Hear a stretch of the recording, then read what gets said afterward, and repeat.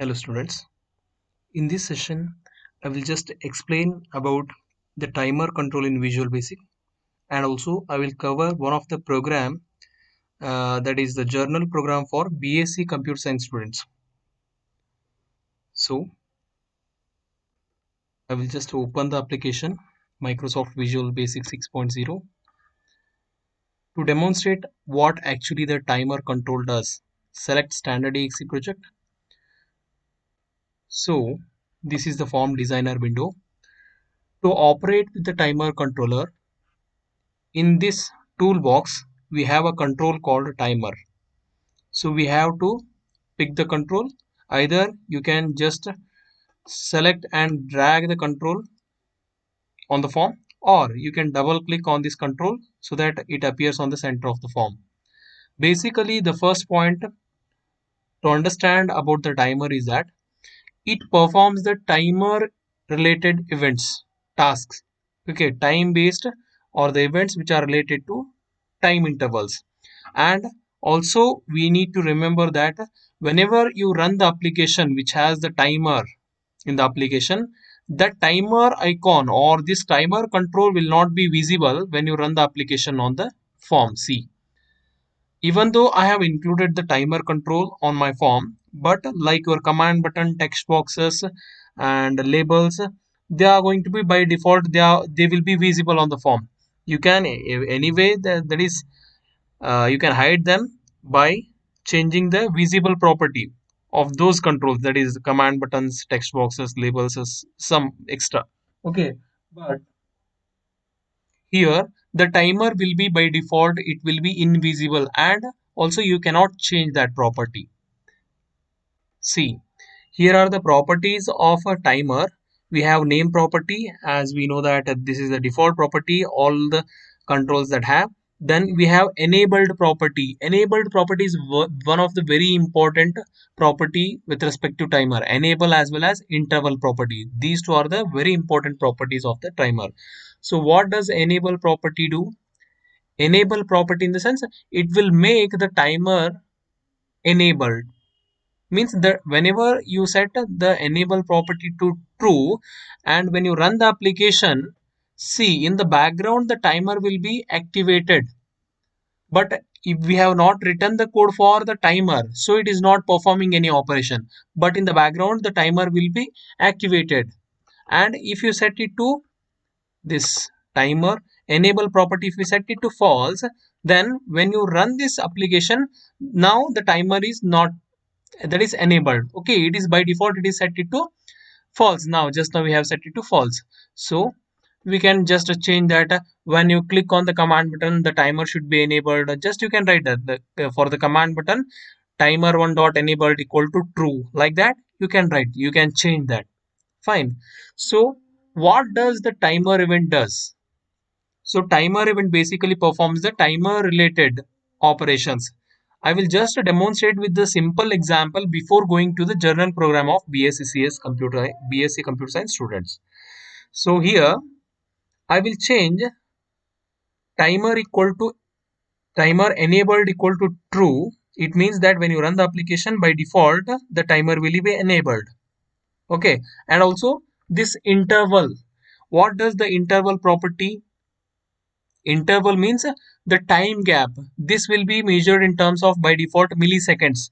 It means that if you want to perform some operation, timer related operations, say suppose example, if you want to print your name every second, or every 5 seconds, or every 10 seconds, or if you want to count the numbers every second, or if you want to count the numbers or seconds, like that you can able to perform based on the time interval. So it will be, the quantity will be in terms of milliseconds. So if I want to, that is print something on the form for every second instance, if we convert the second to milliseconds, then 1 second is equal to 1000 millisecond.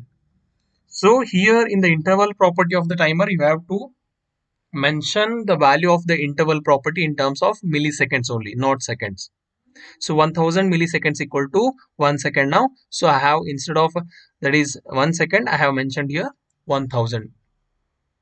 Now I want to print something. Okay, when the timer activates or when the timer is started. So where I have to write? I have to write the code for timer event of the timer one. This is timer one is the object name, the timer object name, and timer this is the event.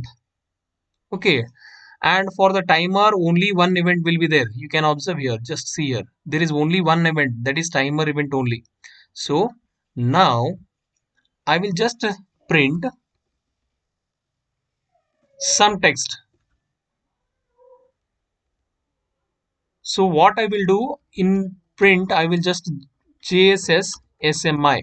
So I want to print JSS SMI string every second, because every second I am saying because we have set the interval to 1000 milliseconds. So every second it is going to print on the form. Why on the form? Because we have used what in the coding of this timer event? Print method. Print method does the printing or displaying some text on the form itself. So every second this message, this JSS SMI string will be printed on the form when you run the application. Okay, so run the application. See, you can see here JSS SMI is printing for every second on the form, because the timer is enabled by default, and also you have set the timer interval property to 1000, that is 1000 milliseconds, that means 1 second. So for every 1 second it is printing JSS SMI. Close.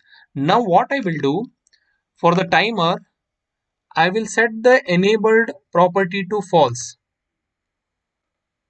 and now I will run the application, the same code here, printing JSS SMI string for every second. Every second means I have not changed the interval, it is 1000 only, but I have changed what? Enable property to false. Now it will not display JSS SMI for every second, because the timer will not start, because by default when you run the application the timer is set to false. So when you run the application here, now the timer is set to false by default, because in the properties window what we have done, we have enabled property set it to false. So the timer has not yet started here. The timer event of timer one object is not yet started. Getting? Only when it is enabled, then it's whatever the code you are writing for the timer event that will be performed only when it is enabled. If it is that is disabled, or if enable is set to false, then whatever the code is you have written for timer, that will not be working, as it is the event driven programming language, VB. Fine. Now I will just take a command button here. See, label, that is timer enable property, I have set it to false. Okay, now what I will do for this command button, I will not change the properties here. If you want, you can change them. For demonstration, what I will do, on click of this command button, command one underscore click event, on click of this command button, the timer one should be enabled. How to enable the timer one? So timer one is the name of the object, that is timer object, timer one dot, what property we have to change? See, here are the only properties of timer. So what property we have to change? We have to change the enable property equal to, either we can set it to true or false. So by default in the form, the particular timer one enabled property we have set it to false. So now what I will do for the command button click event, I will set it to true. It means that when we click on the command button, then timer 1 will be enabled. And we know that when the timer 1 enables, then what happens? This, whatever the code written for timer event of this timer, its respective timer, okay, that will be performed. Here we might be having a single timer object or multiple timer. So if you have the second timer, then its name might be timer 2 by default. You can change any name. Okay, so when the command button is clicked, this timer 1 will be enabled, because timer 1 dot enable is set to true for command button click event.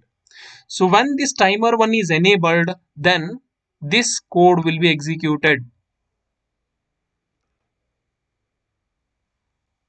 Now run the application. See, at present it is disabled, the timer is disabled, hence whatever the code we have written for timer object, that is not performing here. but when the timer is enabled, we have written on click of the command button the timer on dot enable equal to true. So when it is enabled, now observe here, I will enable this by clicking the command button. See, now you can observe here the timer is enabled when I clicked on the command button, and the code, whatever the code is written for timer event, that will be activated or executed. So for every second JSS SMI string is printing. Hope every one of you have got this explanation for the timer control. So now I will just begin with the journal program for BSc Computer Science students. Just observe here. I will delete these controls. Now the problem statement, the journal program problem statement is that, see, I will display here. Write a program that uses a timer control to produce a countdown from 10 down to 1. It means that it has to count from 10 to 1. 10, 9, 8, 7, 6, 5, 4, 3, 2, at last 1. Okay, at 1 second intervals, not 5 seconds or not 10 seconds. For every 1 second, it has to count. That is from 10 to 1 itself. Fine. Now this is the question we have. So your application has to count from 10 to 1 for every 1 second. That's all. Now I will just open the application here. So I will delete this previous code. Now what particular control is necessary here? Timer control, because for every 1 second it has to perform something in sense here the it has to count down. Okay, so we have to use the timer here. Now after timer, where we have to print, they have not given, they have not specified that where we have to print the numbers, the countdown numbers. Okay, so better we'll print directly on the form itself using the print method. Very simple it is. So now what I will do, see, this particular, that is timer object, I will change, let the timer enabled equal to true itself. Okay, when I run the application, let it be true only. So it when I start the application here, when I run the application here, it has to that is start counting. Then I will not change any of the properties with respect to timer here. Okay, so see here, I will write the code for form load event. So what code I need to write? See, in the properties of timer, I have not changed the interval property. Okay, I have not changed the interval property, but when the form is loaded, it has to change the interval property. The interval property must be here 1000, because for every 1 second, means 1000 milliseconds, it has to perform. So what I will do, in the form load event, I will just say timer 1. I am not changing the name of the timer. Let the name of the timer be timer 1 itself. Timer 1 dot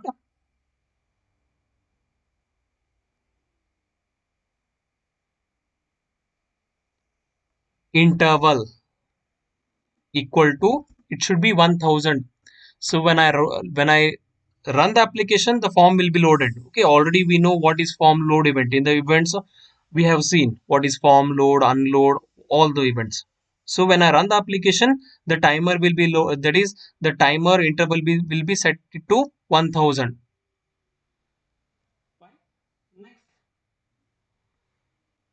See here, for this, for this application, we need a counter variable, because it has to count and it has to reach a certain condition where the last number should be 1. It has to count from, that is 10 to 1. So what I will do, I will declare the module level variable. Why module level variable? Because I have to use the variable in the form load event also. In the form load event, what I should do, I should initialize the variable to value to the highest number 10, because it has to decrement from 10, right? So when the form is loaded, its initial value should be 10. So before that, here form in the form load I have to use that. Then in the timer event I have to use, because it has to decrease in the timer event for every second. So what I will do, I will declare the variable here, dim counter integer number, or you can take byte also, no problem. Dim counter as integer. Now what I will do, just assume, just see here, counter equal to 10. Why? Because its value, the counter is declared here as the module level variable, but it has to have some value, right? So initial value, I am assigning value 10 to counter variable. Okay, in the form load event, when the form load event occurs, when you run the application, the form load event occurs. Okay, now I have to write the code for timer. That is, when the form is loaded, the timer interval is changed to 1000. Okay, now we have to write the code for the timer event of the timer one object. Okay, so what code we have to write? What actually the timer has to perform? The timer has to count from 10 to 1. Already we have the counter variable declared as the module level variable, and we have initialized the counter value to 10 for the form load. When the form is loaded, when your application starts, the form will load. So at that time, the timer interval will be set to 1000 milliseconds, and also the counter is initialized to 10, number 10, value 10. Now, what should the timer has to do? It has to perform. It has to print the counter value. So just observe here, print counter. What is counter? Counter is a variable. So print counter. So after printing counter, whether the counter has to be incremented or decremented, here we are going to count from 9 from 10 to 1. That is, the counter has to decrement. So what I will do, print counter, after printing it has to decrement. So counter equal to counter minus 1. Then, so counter will decrement. Okay, see, I will run the application and show you. Still it is not at finished. Just observe here. See, it has the timer is enabled and it is started counting from 10. So 1 is reached. So again it is still decrementing. Okay, 0, -1, -2. It will go on because we have not given the condition where to stop. So what we have to do, we have the problem statement is that the problem statement is, see, write a program that uses a timer to produce a countdown from 10 to 1 at 1 second intervals. 10 to 1. 10 to 1 at 1 second intervals. It is working fine, but it has to start from 10. It is working. Then it has to end from 10 to 1 only. Okay. So when 1 is reached, it has to end. So what I will do, I have to give the condition, write the condition here. If counter equal to 0, if counter equal to 0, then what it has to do, it has to stop. So before stopping, I will just display the message box. Okay, or I will just display the message that it has reached the end. So message box, I will just say reached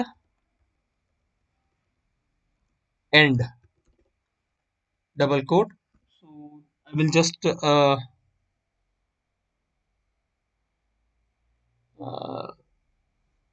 take the, that is icon as VB information, and I'm not going to take any buttons here because default button OK only is enough. Okay, no need to give any options, yes or no, okay, cancel, no need. So only OK button is enough. So then I will change the title. So I will change the title of this message box as countdown. Fine, then finish. Now just observe here, I will just end the if statement, end if condition. I have just ended with the end if statement. So run the application. So timer is enabled and countdown started from 10, 9, 8, 7, 6, 5, 4. 3, 2, 1. For every second it is counting. Okay, now after 1, when it reached to 1, see here, if counter equal to 0, see, counter, print counter instance, the value will be printed here, and when it is equal to 0, counter equal to 0, okay, then it is not going to print, because if counter equal to 0, then the true block will be executed, this one, that is message box reached end, and this VB information icon and countdown as the title. But now observe here, when I click OK on this message box, again it started counting. Got it? Because we have just given the condition that whenever the counter equal to 0, then message box has to be displayed, but we have not disabled the timer.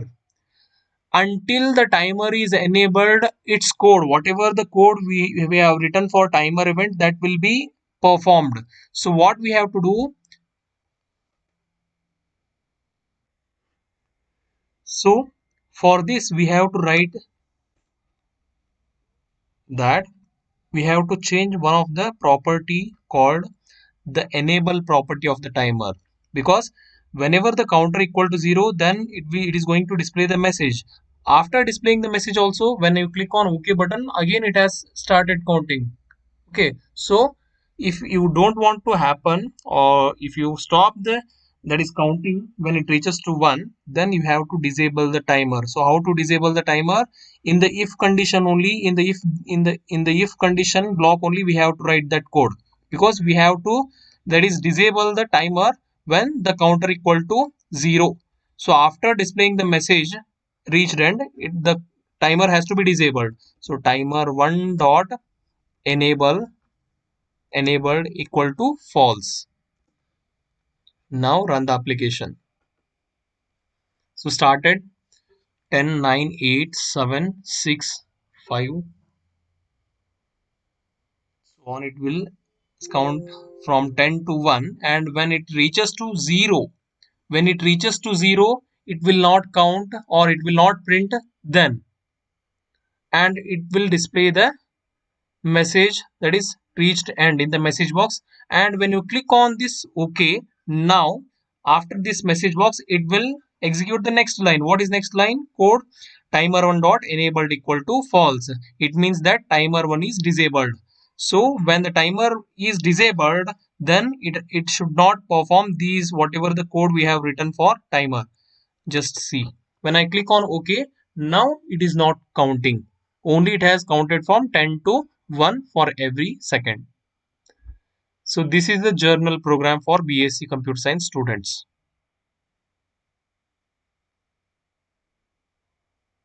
So in the form, we have the form object as well as we have the timer object. I have not changed the timer name. If you change the name of the timer, then you have to write down in the properties window. Just I will change the property of this form. Here you have to list down these. I will change the name of the that is form as FRM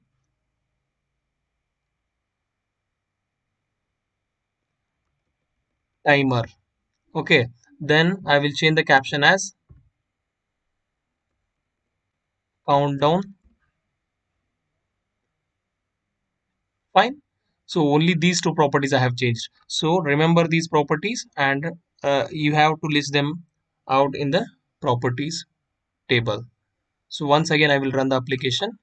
So it has started. Enabled, the timer one is defaultly enabled.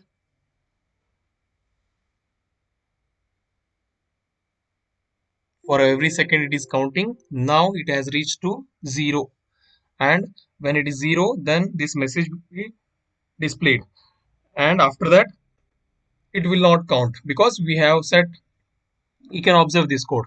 Okay, see, first what will happen, the form will be loaded, this code will be executed. When you run the application here, the form has loaded here, so initially this code will be executed. So timer 1, already the timer is by default enabled equal to true. Fine. So this timer 1 interval is set to 1000 when the form is loaded, and also we have we are initializing the counter value to 10.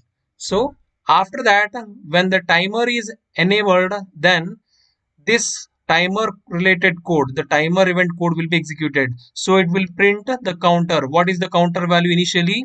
Counter is initialized to 10. So it will print a counter. Then counter is decremented here. Then it will become from 10, it will 10 minus 1, it will be 9. So 9 will be saved on the variable counter, right to left assignment. So now the counter value is 9 here. So it will check the condition. If 9 equal to 0, the condition fails. If the condition is true, then it will enter the true block. If the condition fails, then the same will be repeated. See, if the 9, if 9 equal to 0, the condition fails, it will not enter the true block. These two statements will not be executed directly. And if after that again the timer will continue, because the timer is not at disabled, it is enabled only. So again it will repeat. Okay, so the timer events will repeat until the timer disabled, remember this one. So after and if, again the execution will start from here, because the timer is enabled. So again print counter. What is the counter value now? 9. So after that, at the second interval, it will print 9. So again counter will be decremented. 9 minus 1, it will be 8. So it will check the condition. 8 equal to 0, false. So it will end. After ending, it will the timer is still enabled. So next it will print the counter 8. Then 8 equal to 8 minus 1, that is 7. So 7 is assigned to this variable counter. Again it will check. If 7 equal to 0, again false. And if, so it will go on, that is repeating this one until the timer is true. Now at last the timer becomes that is the counter becomes 1. So it will check 1 minus 1, so it will be 0. Then if a counter equal to 0, yes, counter is now 0, 1 minus 1 is 0, 0 equal to 0, it is true. Then the true block will be, that is message box reached end, VB information countdown. So timer 1 dot enabled equal to false. Both the statements will be executed. The first statement is it will display reached end message with VB information icon, and this as the title message. Okay, then the timer 1 will disable. Okay, so when counter equal to 0, the message box will display, and also the timer 1 will disable. When the timer 1 is disabled by setting enable property to false, then this will not be repeated again. So this is the journal program, and you can just take the screenshot of this code. And in the form, we don't have the much controls here, only the timer control is there, and I have changed the form properties, some of the form properties. Right. So this is the journal program for BSc Computer Science students. Thank you.